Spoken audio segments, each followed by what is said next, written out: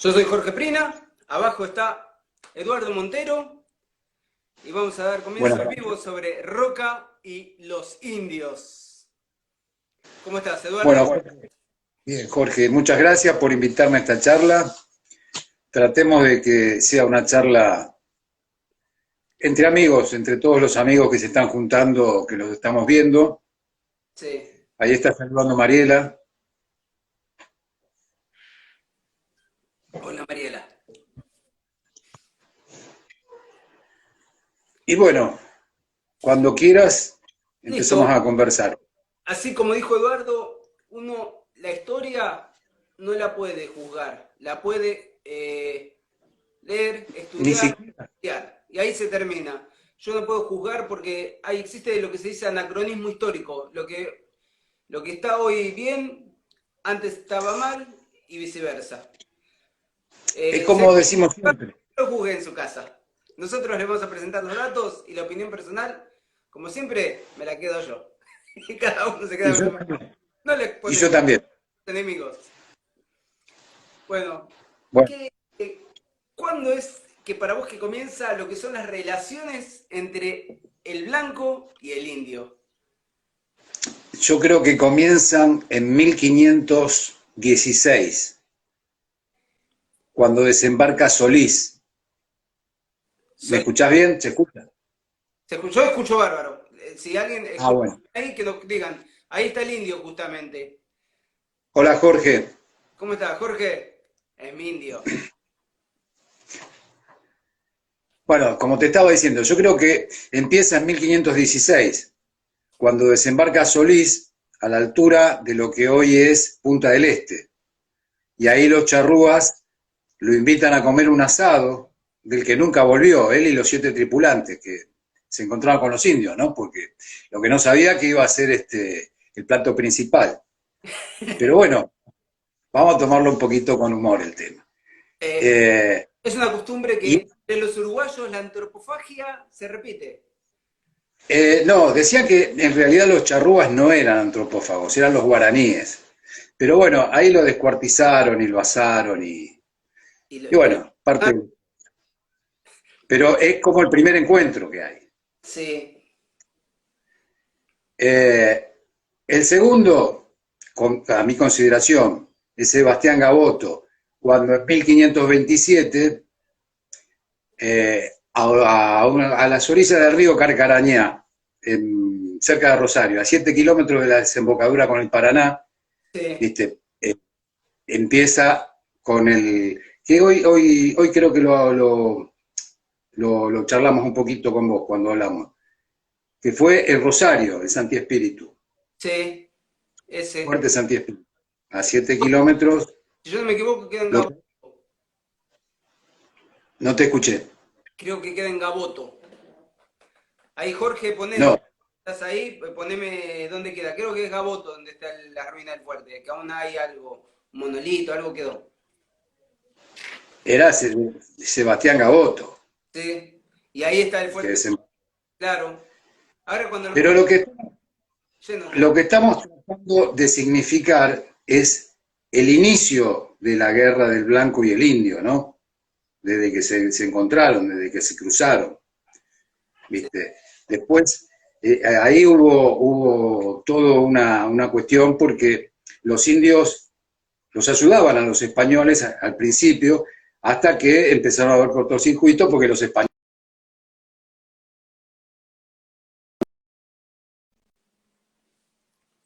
tuvo que abandonar el Santi Espíritu.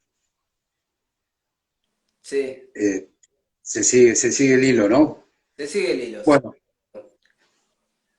yo llamaría la tercera, el tercer encuentro con la expedición de Pedro de Mendoza en el Río de la Plata, cuando en 1536 desembarca y luego de reconocer las costas, Mendoza decide establecerse en el margen derecha del río, porque había agua potable, por supuesto. Por ellos lo que estaban buscando era otra salida, porque en realidad no estaban descubriendo nada. Venían por el mar, se metieron en el río de la Plata confundidos y desembarcaron. Y la cuarta que ahí para mí se inicia realmente la lucha contra los indios, es en la segunda fundación de la ciudad de Buenos Aires por Juan de Garay, en 1580. ¿Sí? Vos fijate que en 1580 Garay funda por segunda vez Buenos Aires y pasan 300 años de lucha con los indios, porque es de 1580 a 1880, que es la campaña del desierto. Sí. Año más, año menos, ¿no? Pero son 300 años de lucha contra los indios, porque nosotros lo vamos a enfocar en la campaña del desierto, pero esto ya venía desde antes, por supuesto. Un fin a la cuestión indio, para decirlo de una manera, porque es donde Sí, cambió la historia, cambió la historia. Igual me gustaría agregar un detalle. Vos estás hablando todo de la margen este. En el oeste sí, teníamos los araucanos, que cuando ellos combaten, están los españoles quieren cruzar para el sur, del otro lado de la cordillera, en Chile, actual Chile, los araucanos los repelían. El araucano es el mapuche, hoy día. sí. Bueno, mapuche, podemos decirle mapuche, araucano, es lo mismo. Los mapuches los repelían, inventé una nueva palabra. Los repelían y y ahí es donde aparece Leftraro, Lautaro, que es quien vence a los españoles. De hecho, los españoles crearon un cuerpo que se llamaba el Tercio de Arauco, que eran una élite de soldados y fueron vencidos. Y ahí es donde la corona española firma un tratado del Bío-Bío para el sur, que es territorio araucano, y para el norte es territorio español. Es la primera vez y es la única que el gobierno de España le da un territorio y reconoce un territorio del pueblo originario de América. Y para tenerlo, también que después lo vamos a ver, el río Bío-Bío es un afluente de Río Negro. O sigue Sí. una línea. Para tenerlo en cuenta después cuando hablemos de los límites.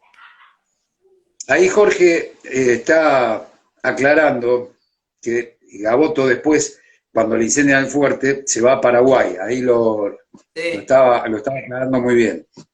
Que deja una guardia que también desaparece, ¿no? Porque, bueno, y estaba aclarándolo Jorge. Jorge sabe. Sí que sabe. Él tendría que estar hablando acá, no yo. Así que la conclusión mía es que empieza en esa época, ¿no? La lucha con los indios. Sí, sí. Las diferencias. Sí, las diferencias y podés llamarle la invasión al territorio que realmente era de los indios, Sí, era de la autóctonos, no, de yo los habitantes autóctonos. una apreciación personal que siempre tuve. ¿Existe el territorio es de quien lo ocupa o de quien estuvo antes? Qué difícil, ¿no? Sí, porque para Qué el difícil. los romanos, ¿qué hicieron? Uno habla en Inglaterra, el inglés proviene del latín. No, no es una lengua celta, es una lengua latina el inglés. Sí, Es parecido. Hay un montón de lenguas latinas, eso pues los romanos viajaron ahora. Estuvo más. pero vos sabés que los romanos, a todos los que no eran romanos les llamaban bárbaros, Claro, porque no eran de ellos, eran bárbaros. Ellos consideraban que el que no era romano era un bárbaro. Así que yo creo que la tierra es del que la ocupa en ese caso, ¿no? El claro. que la... Y ahí avanzamos un poquito más. La tierra es del que la ocupa. Y después, ¿quién es el originario? El originario vino de África, según dicen, ¿no? Primer humano. Sí, sí. O sea, Primero. no podemos hablar siempre de que no, en esta tierra estuvo tal persona y le pertenece a esa gente. Va cambiando, el tiempo cambia y bueno. Es por eso que vos decías al principio, no se puede juzgar ni se puede analizar la historia, lo que podemos es comentar la historia, pero Claro, no juzgarla, porque, como yo digo siempre, hace 200 años era normal tener esclavos, hoy es una aberración, pero no podemos juzgarlo, era de otra manera, se vivía de otra forma. Pero continuamos un poquito. vemos. Eh, en el virreinato, para mantener a raya a los indios, ¿qué se crea? ¿Qué cuerpo se crea? En 1750-51. Los blandengues. Los blandengues, los amigos que recrean con nosotros también. Andrés. Eh, Boris. que era la guardia de la frontera en realidad, que era lo que yo le llamo lo que sería hoy en día una gendarmería, Exacto. porque lo que trataban de hacer era cuidar. Acá hay alguien que estaba haciendo un comentario que lo estamos perdiendo de vista, Jorge. Que, Sí, sí. Continuemos, continuemos. Cuando quede el comentario. Los blandengues es la primera fuerza criolla formada por España, por la corona, y que la corona le dé claro, armas a un criollo, porque no era común eso. No era común, claro, no pasaba. pero vos sabés que primero estaban armados con cuchillos y lanzas, nada más, y algún que otro latón. Blandía la lanza y de ahí viene el nombre blandengue. Claro, Eh, porque era la única arma que tenían. Fue mucho más posterior cuando le dieron los trabucos y los mosquetes, ¿no? Con pólvora, de avancarga. sí, sí. Igual, una cosa que había leído es que se decía que los soldados peninsulares, los españoles, no podían vencer a los indios. Ellos acostumbrados a un tipo de guerra, cuando lucharon con el indio ahí en la zona de Fuertín, en la frontera, siempre salían perdedores. Y es ahí donde nace la idea de traer gauchos para que hagan la guerra contra el indio. Y le salió bien. Y por otro Sí, lado, también, le enseñaron un oficio al gaucho para que lo mejore, para que en futuro busque la independencia. sí, es parte de la historia también. Sí. Bueno, sí, seguimos con el hilo para llegar a lo que realmente vamos a charlar, ¿no? Porque los blandengues entonces eran los que cuidaban las afueras, los límites, los pequeños límites que tenían en esa época la colonia, ¿no? Porque Sí, no te olvides que era una aldea realmente paupérrimo todo. sí, Pero bueno, eran los soldados del virreinato. Y todo esto que estamos comentando es para darle el inicio al por qué fue de la guerra del desierto. un marco. ¿Sí? Darle el inicio, darle la comprensión del por qué se llega a eso. Cuando en realidad, vos sabés que hay tres hipótesis de la guerra del desierto. ¿Por qué se llama la guerra del desierto? ¿Sí? Hay una porque como era tan árido el lugar, la zona era desértico. Esa es una de las hipótesis. La segunda hipótesis es que estaba desierto de blancos y de descendientes europeos. Entonces era un desierto, ¿cómo poder llamarle para no...?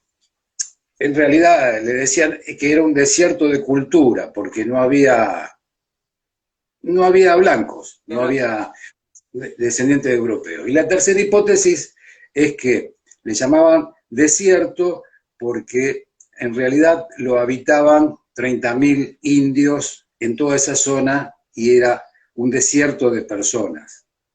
Pero bueno, son hipótesis de la época, nada más. Es como para entrar un poquito en el tema. Te dejo que sigas.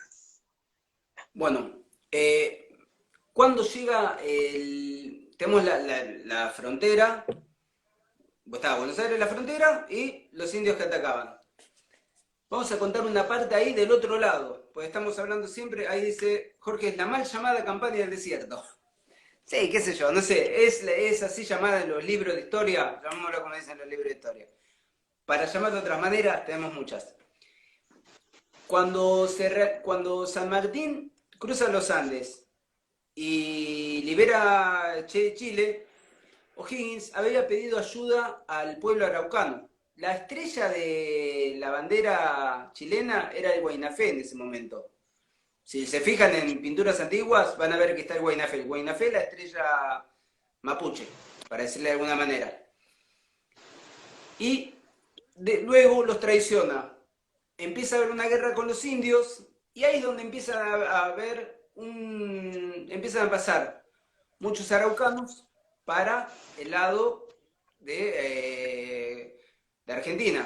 ¿Qué le podemos decir? Hualmapu, si quieren. Que es el nombre Huelma. que tenía. En ese momento, yo no me equivoco, le decían Puelmapu, no Hualmapu. Puelmapu. Puelmapu. Huelmapu. Puelmapu. y Wallmapu tiene un montón de nombres, pero vamos a hacerlo así. Ahora, me gustaría hacer este pequeño detalle que yo no concuerdo. Mucha gente dice, los mapuches destruyeron a los tehuelches, esto es un tema bastante complicado.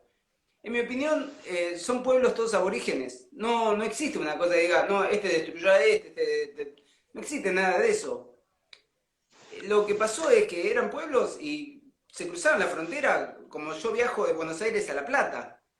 Viajaban, se cruzaban, tenían familias entre ellos. Eran lo mismo. Si les iba mal en En un realidad, cruzaban el otro, ¿qué es lo que pasó? Ahí le pregunta, estaban, no, no le dieron lo pero que habían solicitado. Todas las medidas que, me pregunta por qué traicionó Higgins a los indios. Después de eso no le dieron lo que habían acordado. Había un acuerdo y no se cumplió. Siempre pasó eso. El blanco nunca acordó y muchos pueblos indios, Calfucurá, también hacía tratos con el blanco y después iba y atacaba. La palabra no siempre se cumplió. No es así. qué personaje Cafulcurá, ¿no? Un grosso Calfucurá. Vivió 100 años. Pampas. Pero lo que pasa es que yo también, viste, le busco a la historia la parte humana, ¿no? Porque vos imaginate vivir 100 años como vivían los indios, Y 100 años, qué 100 loco. años con la alimentación, con el frío, tapados con cuero, viviendo la intemperie. La parte humana es la parte un poco más interesante de la historia, ¿no? Que las fechas y las batallas y todo eso. Vos fijate que fue el que pudo reunir a todas las tribus y Y ponerlas de acuerdo. te dice que vivió 117 años. Sí, algún secreto tendrían, ¿no? Algo tomarían, alguna cosa. Sé que, y pensar que ellos vivían esos años y un europeo vivía un promedio de 60 años. Es O sea, llamativo. a los 60 años ya era un tipo, un anciano. Sí, sí. Y está Sí, documentado que vieron eso, ¿eh? No es que Pincén termina de Conchavo en una estancia. claro, pero vos pensás que, Pongamos, restémosle 10 años de vida, no a los 117, 20 años, 100 años, vivió. Es una barbaridad. claro, Al Fucurá vos también, pensás contado. también por eso, y los que no sabemos, Lo que no pero pensá también que después, cuando se mezclan con el blanco, que empiezan a absorber todas las pestes que trae los europeos, ¿no? Peruela hizo estragos. La viruela fue, bueno, una de las pestes, pero venían con sífilis, venían con un montón de pestes que el indio no estaba acostumbrado ni siquiera a la gripe. No, no, ¿Sí? no, no existía. Tenían otro tipo de vida, otro tipo de resistencia. Pero Se bueno, cubría eso con grasa y eso era, con eso nomás ya tiraban para, como abrigo. Es re loco, ¿no? como abrigo y como protector solar, pensarlo de esa manera también, porque estaban a la intemperie, estaban todo el día al sol, Sí, ¿viste? sí, eso Los era capaz primeros, de ahora. ¿cómo? Eso del cáncer de piel no es de ahora. No es algo nuevo.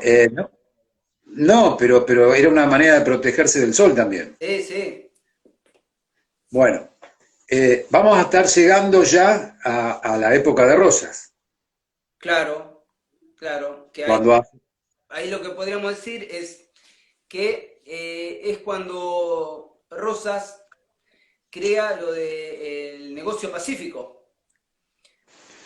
Hay mucha gente que, hay detractores de Rosas, pero en este caso me parece que hizo muy bien, hizo lo correcto. Él iba y les daba a las agrupaciones indias, les daba vacas, yeguas, las yeguas es lo que comían ellos, y las vacas lo usaban para comerciar.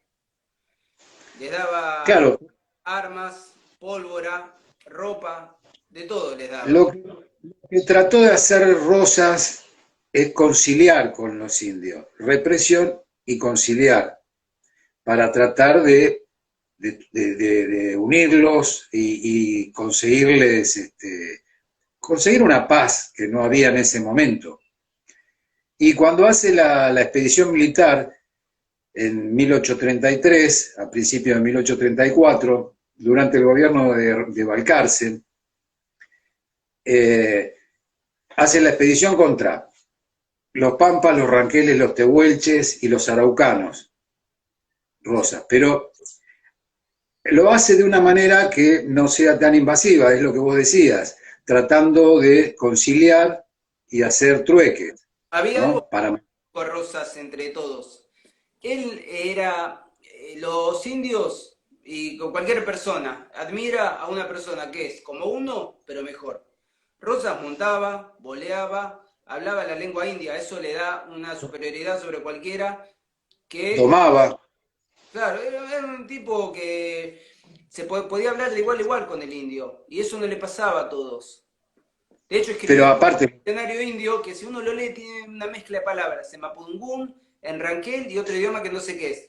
Y una que otra palabra quechua. O sea, era como una lengua que él, por lo visto, él hablaba en que podía comunicarse más o menos con todos los indios. y las costumbres que tenía también lo ayudaban, las Sí, costumbres de campo, pero sí, también como para conciliar, pero también para rescatar muchos cautivos que había, cautivas, ¿viste? Fue de buena manera, aunque en realidad también fue una campaña al desierto y hubo guerras, sí, ¿no? sí, sí, matanza, eso sí. No es que tampoco era, Sí. iba un No, ejército no, no. y eliminaban al indio que era, se lo ponía y al que no, Por eso, el que no, lo eh, liquidaba, pero trataba de captarlos y hacerlos trabajar y encauzarlos de alguna manera. Y también rescatar todo lo que habían hecho los indios, porque los indios tampoco eran monaguillos, ¿no? sí, sí, Tenían sí. sus cosas. Los indios, Acá, Jorge, aún les voy a decir un detalle. Fíjense cuando van a los pueblos, las casas antiguas, ranchitos, pulperías antiguas que tienen puertas bajas. El indio cuando maloneaba no bajaba del caballo. No bajaba, levantó, lo agarraba desde el caballo. Nunca bajaba. claro, se inclinaba y lo agarraba. Si bajaba, estaba en problemas, perdía su flete. Bueno, y eso, por eso las puertas eran bajas, para que no se les metan dentro de las casas el indio. Después habían pozos debajo de las casas para esconder a los hijos, a la familia. Fue bastante. Y Era estaba picante. la, Era picante. y estaba la fosa alrededor del rancho principal, Sí, para, sí. para que no se, cuando veían que venía el malón, arriaban las vacas, los pasaban por el puente, los ponían adentro de la fosa, las vacas, y levantaban el puente para que no se las pudieran llevar también. Claro, uno a veces se escucha como los indios eran como salvajes. No me acuerdo, a ver si lo tengo por acá. Había una batalla. eh, que me voy a adelantar un poco, pero. ¿Quién era? Mitre. Mitre hace un combate, ¿no? Con Espera, Pincén. espera, espera. Ah, Espera un poquito porque te estás adelantando y vamos a terminar con Rosa. digamos el hilo conductor. Claro, ¿por qué? Porque Rosas logra una tensa calma, ¿no? Sí, sí. Con los indios, hasta que cae derrotado con Urquiza, Ahí porque Jorge dice que adoptó a a Manuelito Manuel. Rosas, Sí, y sí, tenía, dicen que él tenía a Catriel. Catriel era el que se encargaba de hablar con los demás indios para traerlos con el negocio pacífico. O sea, él delegó toda la responsabilidad de los indios en un indio. Eso, sí. fíjense la Acá, convicción acá de los indios. estaban preguntando sobre la zanja de Alcina, ya vamos a llegar, porque cuando nos ponemos a hablar con Jorge nos derivamos un poco siempre, esto Sí. nos pasa. En 1853 reaparecen los malones, cuando se termina la tensa calma que había logrado Rosas. Entonces, ahí, Jorge, donde en 1855 se organiza la expedición que vos decís de Bartolomé Mitre, No, cuando va para la zona de... caseros, que lo de caseros es un hecho, me parece, es fundamental en la historia. Claro, ahí es donde se termina La paz. la tensa calma que había entre, claro, entre Rosas, que mantenía la calma con los indios. Y Cuando, ahí, claro, cuando en caseros, Rosas tuvo, no sé, creo que son entre 4.000 y 1.500 lanzas que le dio Calfucurá y Catriel. claro, porque estaban aliados. Estaban aliados. Y Bueno, también lo de Catriel, otro detalle que tuvo fue en la rebelión de los Libres del Sur, cuando se opusieron los estancieros a Rosas, todos los estancieros tenían sus tropillas de gauchos, que eran como, le respondían a ellos, pues ellos le pagaban el sueldo. Bueno, Catriel fue el que terminó con la rebelión de los Libres del Sur, que eran los que estaban en contra de Rosas. Pero hay que aclarar que Indios como una fuerza militar. todas eran alianzas temporales. No eran alianzas establecidas, eran todas alianzas temporales. Pero Rosas es el único que los tuvo hasta el último de sus días. A él no le Sí, ganaron. hasta la batalla de Caseros. Entonces, reaparecen en 1853 los malones, haciendo estragos Sí. y arreando, llevándose vacas, robando, quemando, llevándose cautivas, que ya vamos a llegar al tema de los cautivos. Ahí está diciendo Jorge, este suceso fue cuando la comandancia de Villegas entró en Quelauque. Bueno, se organiza una expedición militar para la zona de Azul y estaba al mando Bartolomé Mitre.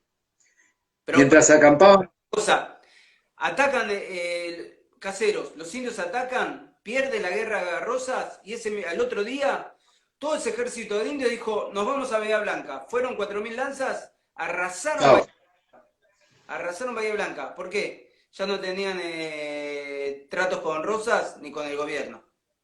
no, ya estaban, se habían liberado. Alianza con Urquiza.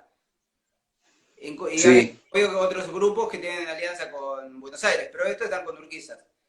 ¿Qué armas por eso, usaban contra los indios? Preguntan. ¿qué Usaban armas se usaban contra? que es un fusil de retrocarga con cartuchos. Que era bastante bueno, el Rolling Block, ¿no? El Rolling Block, pero esperá, porque también había armas todavía de avancarga, ¿eh? Claro, las armas estas las compra Sarmiento, el Rolling Block. Sarmiento, Compra Sarmiento. O sea, falta. Sarmiento. Ahora llegamos a Sarmiento.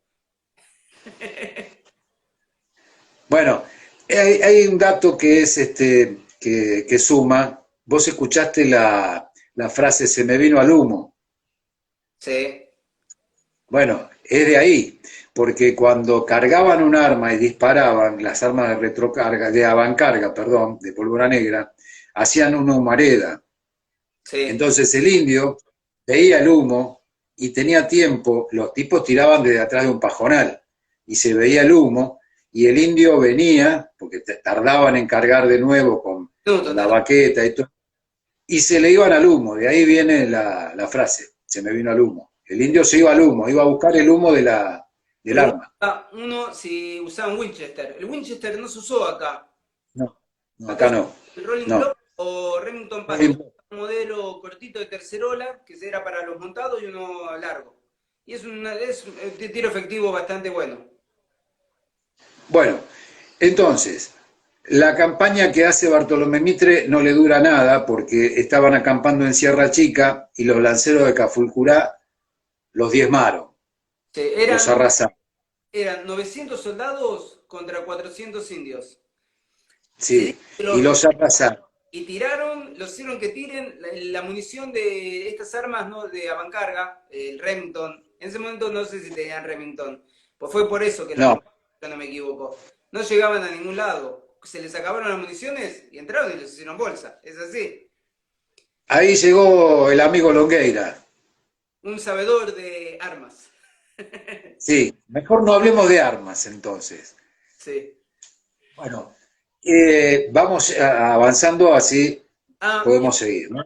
Mitre pierde esa batalla. Cuando Mitre vuelve para Buenos Aires, Sarmiento le arma un banquete como si hubiera llegado un vencedor. Esa rata de Sarmiento, Y eran políticos y se manejaban de esa manera. sí, sí, Vamos a analizar. escapó de esa Mitre. Bueno, llegamos más o menos a 1870, gobierno de Avellaneda, que lo que quería hacer era expandir la frontera para el sur. ¿Sí? Exacto. Vamos. Mira, no hablamos de un detalle, Salinas Grandes. Bueno, Las, pero vamos ahora viene la zanja Alsina. claro, cerca de Carué y para el lado de La Pampa hay muchas lagunas de sal. La sal Sí, para hacer charqui. Todo lo que hablan de los saladeros era el principal comercio que tenía Argentina en ese momento. La carne se salaba y se vendía a Estados Unidos para los esclavos o a Brasil. Era un comercio tremendo. Bueno, ese territorio lo tenían los indios y los gauchos. eso. Esa Claro. fue la principal disputa que hubo en todo el siglo XIX. De hecho, hay un tratado que existe que era que le reconocían, lo firmó Rodríguez, si yo no me equivoco, que le reconocía el territorio del otro lado de ahí, de las Salinas, a los indios. Bueno, ahí Jorge tiene una apreciación de Sarmiento que vamos a dejarlo por cuenta de él. ¿Qué dijo? Jorge, sí, una No, apreciación profunda, un por pensamiento. eso dejémoslo que corra por su cuenta. Entonces, bueno, llegamos a 1870, gobierno de Avellaneda, Yes. ministro de Guerra Alsina, ¿sí? Sí. ¿Qué se le ocurre a Alsina? Porque Avellaneda lo que quería era extender los límites hacia el sur. Bueno, empieza a hacer lo que le llamó la zanja Alsina o límite Alsina, que era poner fortines poblados y tender una red telegráfica mucho más amplia para estar conectados, ¿no? Se comunicaban, había un malón y mandaban un cañonazo para avisar que estaban atacando. Y se dio una línea de Al cañón. otro fortín. Estaba el Claro, efecto.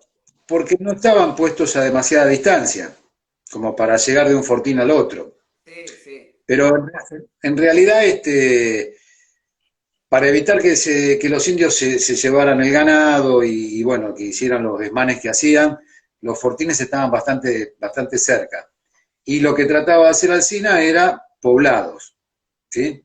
Para ir extendiendo los límites de la frontera. Bueno, de esa manera se ganaron 55.000 kilómetros cuadrados La zanja de alpina territorio. tenía 400 kilómetros. Sí, Era pero mucho. en total se ganaron 55.000 kilómetros cuadrados de expansión Sí. de Buenos Aires.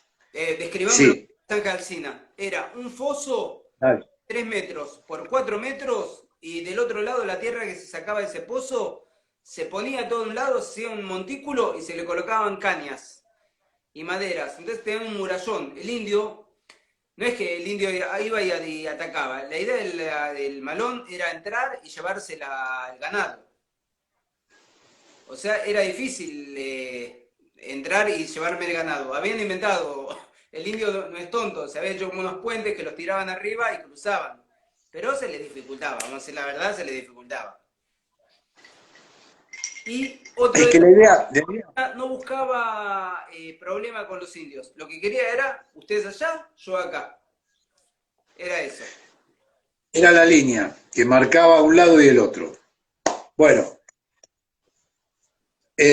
Alsina muere después de haber hecho toda la campaña, Ah, perdón, muere detalle, las corazas de Alsina. ¿Vos conocías la historia?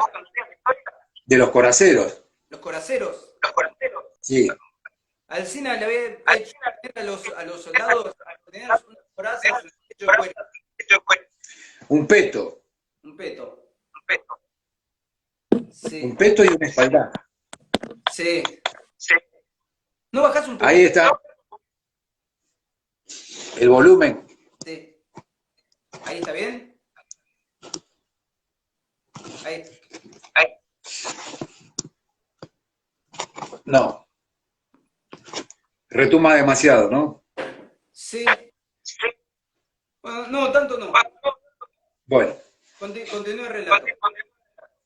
bueno, entonces muere Alsina y asume como ministro de Guerra Roca, el general Roca.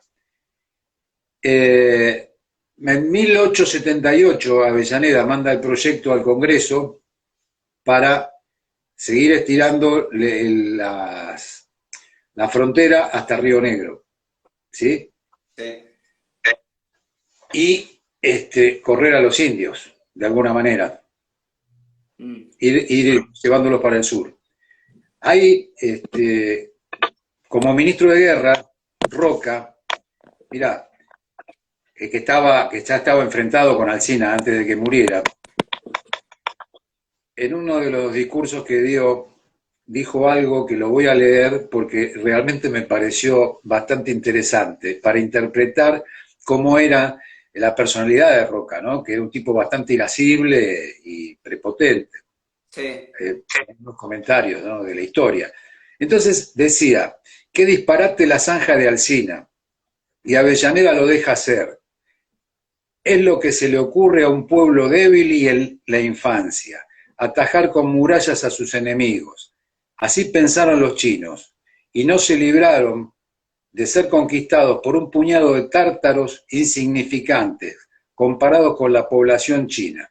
Si no se ocupa la pampa, previa destrucción de los nidos de indios, es inútil toda precaución y plan para impedir las invasiones. Contundente el tipo, claro. ¿no? Ya, ya tenía en su mente que no había tratado, no había, como decíamos antes, alianzas temporales, nada. Había que barrerlos, Sí. ¿sí? Y contaba con 6.000 soldados, que él se ufanaba de tener 6.000 soldados para poder hacer la guerra al indio.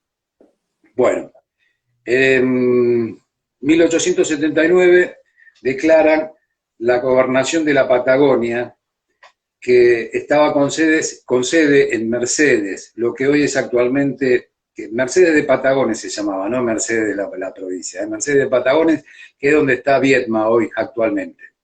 Sí. Entonces se empieza a hacer la preparación de la campaña al desierto. Contaba con 6.000 soldados y 4 divisiones, ¿sí? Vos sabés la historia de 2 divisiones que avanzaban directamente hacia el sur. Ahí está diciendo Diego, el que tenía la posta del asunto era Álvaro Barros, y Roca usó su plan. Sí, y Sí. Álvaro Barros es, bueno, Juan Manuel Barros es descendiente de Álvaro Barros, Ah, el sí. amigo. Sí, señor. Sí, sí, sí, Diego también lo sabe. Sí. En el famoso cuadro de la campaña al desierto hay un retrato de Álvaro Barros. Bueno, conquistó Barros la Pampa, pero este se ocupó. Bueno, seguimos con eso. Vamos. Vamos, vamos, continuemos. ¿Cómo fue las cuatro avanzadas que hicieron, que vinieron desde la cordillera, desde el centro, y la armada por el Río Negro, con un buque que ahora no recuerdo el nombre del buque, pero también acompañó la armada por el Río Negro. Ahora, si estaba justificado todo ese despliegue para desplazar a los indios o no, eso Jorge lo puede decir vos, con el tema de los cautivos, de lo que hacían en realidad los indios con las cautivas y los cautivos como los hacían trabajar, ¿no? Y los Sí, usaban de moneda de trueque a los blancos.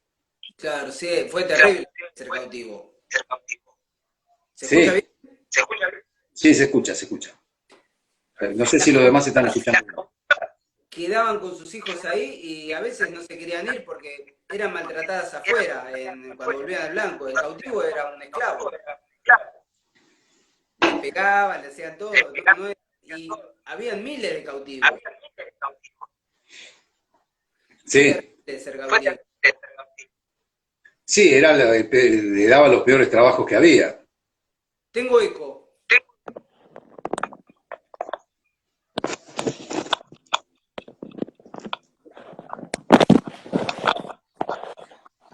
¿Ahí tengo eco? Sí. Vas a No, tener que hablar más vos, Eduardo. voy a tener que... Hablar No te más vos. escucho. Yo tengo mucho eco. Yo te escucho lo más bien, ¿eh? No sé si los demás que te están No, escuchando, si pueden decir si se escucha o no. si bajás un poquito el volumen no voy a tener eco. Me parece que se ha ido. Es que no lo... Hola, hola. Bueno, sigamos, sigamos, Vos me escuchás. sigamos adelante. Estoy tratando de bajar el volumen, pero no. No, No, no, pero sí, seguí relatando y... Ahí se le bajó un poco el volumen. Hola. Hola. Está bien.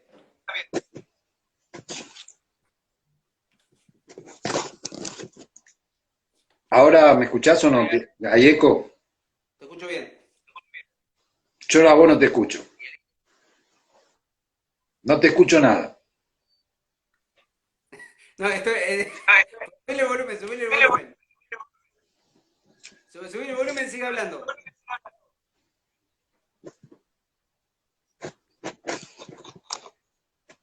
Dale, dale, subile el volumen, está bien. Ahí te escucho. Dale. Tenemos problemas técnicos. Sí. Parece que el telégrafo de Alsina no funciona. Vamos a tirar cañonazos. Sí. Bueno, sigamos con la parte que es la que nos gusta, la parte humana, lo que pasaba con los cautivos, las cautivas y las costumbres de los indios, ¿no? Sí.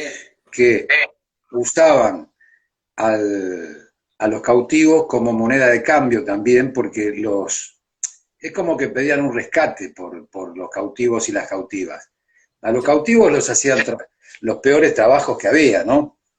Y las cautivas, bueno, hacían de todo con las cautivas. Sí, sí, era terrible. Era terrible Y dicen y que bueno, elegían los intercambios. ojos claros, ¿no? No te escuché. Elegían rubias y de ojos claros, eso es lo que se dice. Pues después las comerciaban también. Sí, claro, claro, pero aparte pedían los rescates. Ahora voy a pasar imágenes. Mientras contás la historia.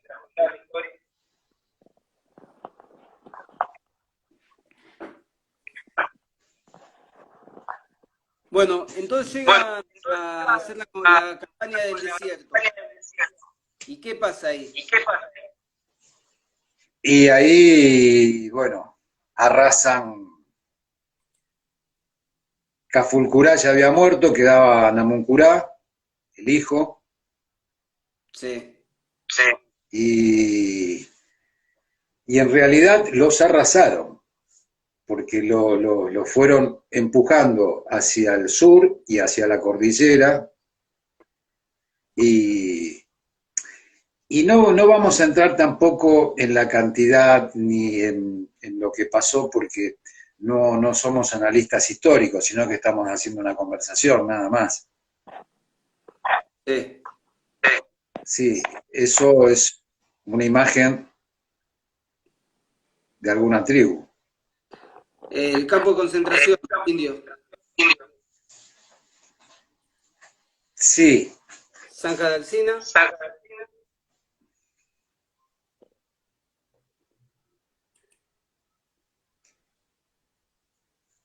hubo barbaridades, ¿no? Que los hicieron venir caminando desde Río Negro hasta Buenos Aires, a muchos caciques los confinaron en la isla Martín García, donde murieron. Sí, sí, eso terrible. Esa es la imagen de un típico bombero, Sí, con el Poncho Pampa. claro, que bombeaba el horizonte. Sí. Pincén. Ese parece un antecesor de Jorge Barrera, del amigo. Esperemos que diga algo, Jorge. Este era el sello de las salidas grandes. General Juan Calfucurá, salidas grandes. Bueno, pero en realidad nos fuimos del tema. ¿Por qué empieza también la guerra del desierto? Porque a mediados del siglo XIX es cuando empiezan, vos antes hablabas de los saladeros, ¿sí? Sí, Pero también empiezan a transportar la mercadería en vapor y cuando más se comerciaba con... Ahí está la foto que yo te decía que está por ahí el antecesor de Juan Manuel Barro. Bueno, y también se crea el frigorífico a mediados del siglo XIX. Entonces, entre el frigorífico y el transporte a vapor se comercializaba mucho con Inglaterra y necesitaban lugar como para la ganadería, ¿no? Necesitaban tierra. Sí, Ahí, ¿qué hacían los indios con todo el ganado? Y lo vendían en Chile, lo en vendían realidad, el ganado. en y a los Parte de ingleses alimentarse, lo vendían en Chile. en Chile. Sí, sí. Bueno, entonces, todo esto también se produce por la necesidad de tierras para la ganadería. No vamos a entrar en discusiones de si eran terratenientes o no, porque realmente en esa época lo que necesitaban era lugar para ganadería, para comercializar con, con Inglaterra, más que nada en esa época, ¿no? Y eso fue también uno de los principales motivos de querer ganar más territorio. Eh, como te decía, entre los barcos a vapor que se habían inventado, entre los frigoríficos, fue algo comercial también que era una necesidad. Pero también era que se estaba expandiendo el país, se estaba formando el país. No teníamos un territorio firme. Firme no, No, demarcado, no teníamos un territorio. En realidad convivían los dos territorios, la Patagonia con los indios y la parte del norte con los criollos, pero en realidad convivían mal porque había muchas diferencias y muchas guerras. Bueno, habla un poquito vos, Jorge, que vos sabés del tema. Relico, una cosa. Un detalle. Estados Unidos tuvo sus reservas indias. Acá fue totalmente diferente. Se quiso terminar al indio. Porque lo que se pensaba era que el indio se le da un territorio, le va a reclamar. Entonces nunca existió la reserva. Cuando trajeron a los indios a Buenos Aires, se los separaba a la madre a la servidumbre, a la mujer para la tarea doméstica y al hombre al campo. No tenían que procrear para eliminar todo tipo de rasgo de cultura y de ciencia. Y de tradición. Y de tradición. Eso es lo que, en lo personal, me parece que es el poquito que fue la mano. Y después, cuando se iban formando las estancias hacia el sur, los mismos peones de estancia se encargaban de seguir masacrando indios. Sí, siguió eso. Un valor, las orejas de indio. Popper. No te escuché en eso. Hijo de puta. Los indios en el sur no tenían opción de pertenencia. Para ellos una oveja era de ellos. Buscaban a la oveja, Popper pagaba por oveja. Pagaba por oreja, pero cuando empezaron a aparecer indios desorejados, pero vivos, empezaron a pagar por testículos. ¿Sabías eso? No. Sí. Entonces los mismos peones que trabajaban en las estancias se ocupaban de tratar de alejar o de matar a los indios, ¿viste? De alguna manera, porque ya se habían quedado sin recursos, ni pesca, ni ganadería, los indios, y bueno, el de las orejas era el coronel Rauch. No, el de las orejas era Popper. ¿Por qué? Ahí Jorge dice que es Rauch, pero le pagaban por orejas. Era otra porquería, que lo mató Arbolito, pero es otra historia.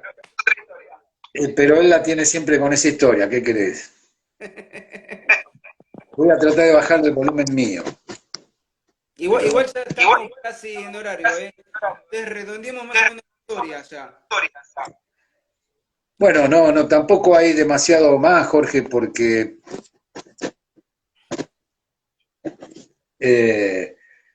ya llegamos a la parte de que Roca se vuelve a Buenos Aires porque ya estaba haciendo la campaña presidencial. Sí. Entonces se vuelve a Buenos Aires y empieza su campaña presidencial que en realidad tuvo 42 años de poder. Por algo le decían el zorro, ¿no? Ahí no sé qué estoy leyendo, tercera o cuarta generación bautizada. En Estados Unidos se pelearon contra. Le decían el zorro por todas la astucia que tenía políticamente.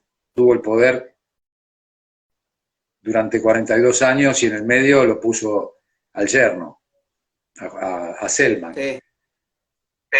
Pero bueno, lo que tratamos de hacer fue recorrer un poquito la campaña del desierto sin meternos en opiniones personales.